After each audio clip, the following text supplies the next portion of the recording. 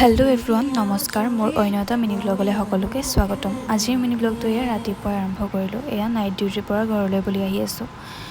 12 ঘণ্টা যেতিয়া night duty কৰি ঘৰলৈ বুলি উভতো, কিমান যে ভাগৰুৱা অনুভৱ কৰোঁ মই বুজাব নোৱাৰোঁ। তাৰপিছত এয়া মই গা পা ধুই ফ্ৰেছ হৈ এগিলাচ ঠাণ্ডা পানী খাই লৈছোঁ। তাৰপিছত পকাতে বহি টিভি চাই মই আকৌ একাপ চাহো খাই ল'লোঁ।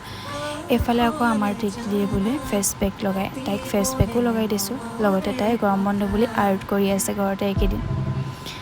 তাৰপিছত তাইক দেখি আকৌ মই ৰখিব নোৱাৰিলোঁ নহয়, ময়ো ফেচ পেক লগাই ল'লোঁ।